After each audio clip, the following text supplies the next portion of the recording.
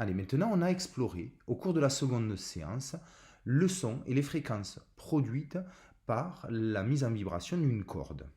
Nous avons vu sur l'exemple d'une corde de guitare que la fréquence produite par la vibration de la corde dépend en fait de trois caractéristiques. La première de ces caractéristiques est la masse linéique de cette corde. On l'a vu sur la guitare, les cordes les plus lourdes sont en haut et produisent des basses fréquences, alors que les cordes plus légères en bas produisent des sons plus aigus.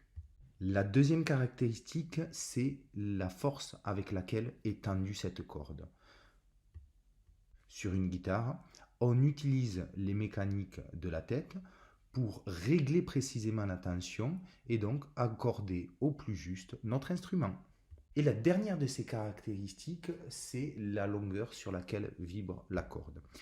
En effet, un guitariste, pour jouer différentes notes, va déplacer ses doigts sur différentes cases et donc faire vibrer la corde sur une longueur plus ou moins grande.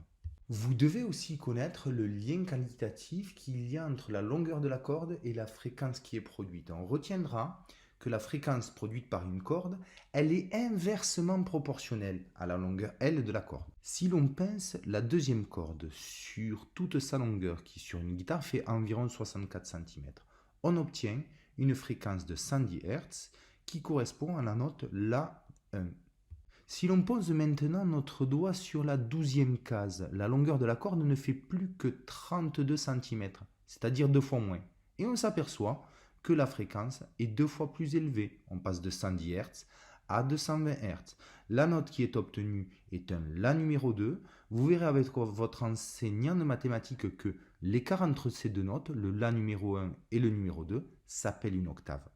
On peut maintenant aussi faire une analogie entre les instruments à vent et les instruments à cordes. Le son qui est produit dans le cas d'un instrument à vent, il est produit par la vibration de l'air dans le tuyau de l'instrument.